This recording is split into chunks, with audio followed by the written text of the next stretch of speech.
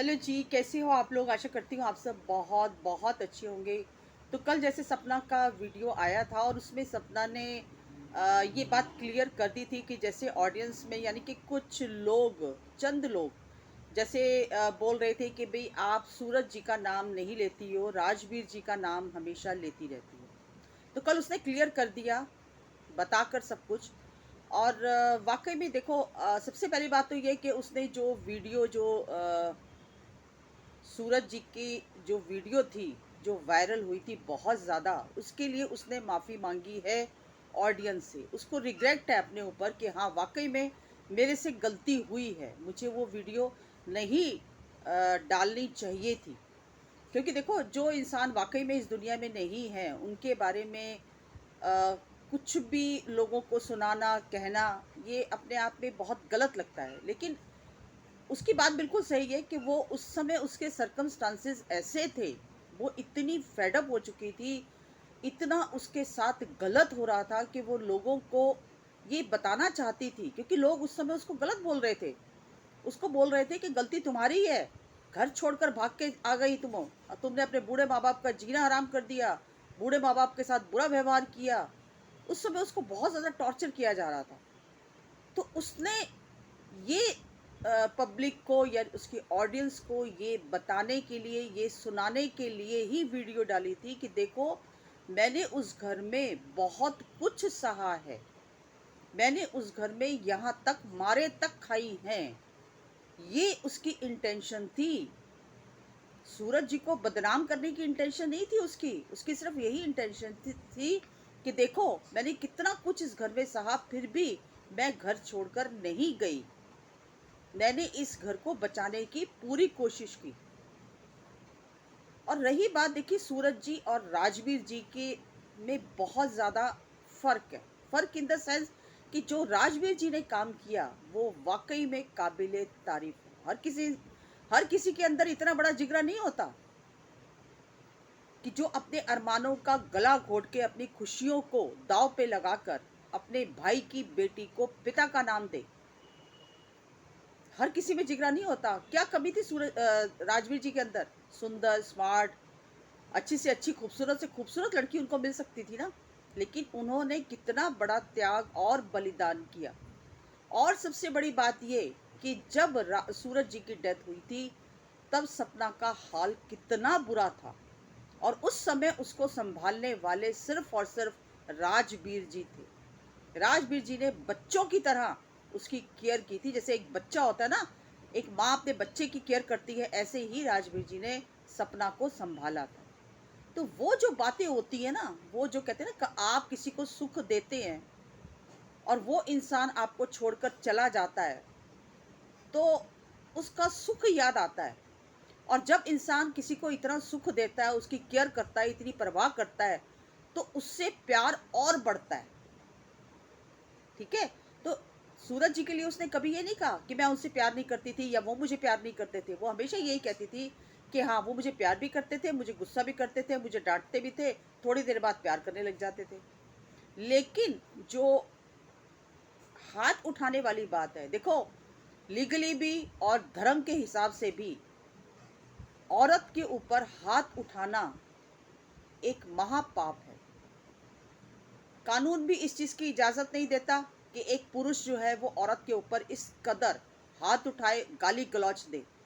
और धर्म के हिसाब से भी आदमी को हक नहीं है कि वो औरत पर हाथ उठाए, क्योंकि औरत को, स्त्री को लक्ष्मी का रूप कहा जाता है।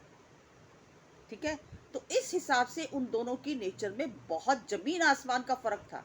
वो बड़े ही कूल, बड़े ही शांत स्वभाव के थे राजवीर जी। वो हमेशा, कहते हैं ना, केयरिंग नेचर, सबकी देखभाल करना, ये नहीं कि सपना की, अपने माँ-बाप की भी उतनी देखभाल करते थे। आरू को, आरोही को भी उतना प्यार करते थे। उनकी आदत, उनकी नेचर बिल्कुल अलग थी। हमेशा हमने उनको देखा है कितने प्यार से सिर पे हाथ मारते थे। याद है आप लोगों को? आप लोगों ने देखा होगा वीडियो के अंदर, किस तरह से प्यार से, हल्का-सा धीरे से मारते थे। तो ये उनकी एक अदा थी।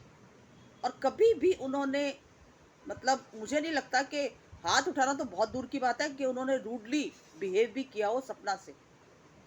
तो ऐसे में ना याद आती है ऐसे इंसान की। अब देखिए, एक जो माँ होती है, मान लो उसके 2-3 बच्चे हैं, ठीक है, और एक बच्चा बड़ा कहना मानता है माँ बाप का, बड़ा शांत स्वभाव का है, तो माँ बाप क्या करेंगे, उस बच्चे को ज़्यादा बोलेंगे ना, थोड़ा सा इम्पोर्टेंस ज़्यादा देंगे। तो इसका मतलब ये थोड़ी ना कि बाकी जो दूसरे बच्चे हैं वो उनको निग्लेक्ट कर देंगे, या वो उनके बच्चे नहीं हैं, या उनको वो प्यार नहीं करेंगे। तो ऐसे ही होता है, ठीक है। एक औरत के लिए उसका पति अहमियत रखता है बहुत ज़्यादा। तो ये कहना कि सूरज जी से कम प्यार करती थी, एक किसी ने तो मुझे ये भी कमेंट किया था कि वो आरोही से ज़्यादा प्यार करती है, आरू से कम करती है, क्योंकि वो सूरज जी की बेटी है। तो बताओ, ऐसी ऐसी लोगों की मानसिकता है कि कितना गलत सोचते हैं। अरे अपनी एक ही कोख से तो उसने दोनों बच्चियां पैदा की हैं, तो इसमें सूरज जी और राजवीर जी कहाँ से आ जाएंगे? माँ तो वही है, दोनों बच्चों की माँ तो वही है, एक ही माँ है ना दोनों बच्चों की। तो इसमें फर्क क्यों करेगी वो? और पति के लिए जब सूरज जी की डेथ हुई थी तो क्या उसको दुख नहीं हुआ था?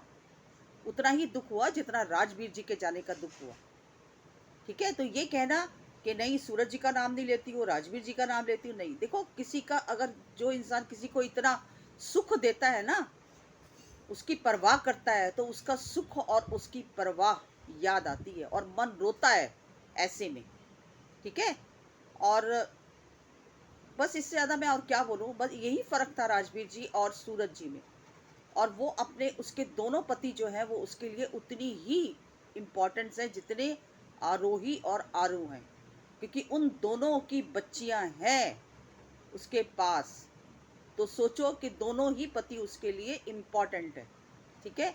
और सबसे बड़ी बात ये मैं कहना चाहती हूँ कि कुछ लेडीज़ ऐसी हैं, एक दो, ज़्यादा नहीं, कि जो बोलती है कि आप तो पीछे पड़ी रहती हो छोटी जीजी के, आप तो पीछे पड़ी रहती हो मम्मी पापा के, मम्मी जी पापा जी के। तो हमने तो कुछ बोला ही नहीं, ना तो छोटी जीजी को बोला, ना मम्मी जी पापा जी को बोला। हाँ, आप लोगों ने सबने मिलकर सपना को खूब बोला, सपना को सरेआम सोशल मीडिया पर नंगा किया। जब 8-8 10-10 12-12 घंटे की लाइव चलती थी, तब आप लोग ही तो थे ना सपोर्ट करने वाले। जब 2-2 हजार 3-3 हजार की वॉचिंग चलती थी, आप लोगों ने एक बार भी पलट कर उनको बोला कि आप लोग क्यों बोल रहे हो उस लड़की के बारे में, क्या दोष है उसका, क्या गलत काम किया है उसने? कभी बोला? नहीं बोला। हम तो कुछ भी नहीं बोलते, जो आप लोगों ने बोला है। ये वही लोग हैं जो उन लोगों को जाके सपोर्ट करते हैं, और ये वैसी ही मानसिकता के लोग हैं।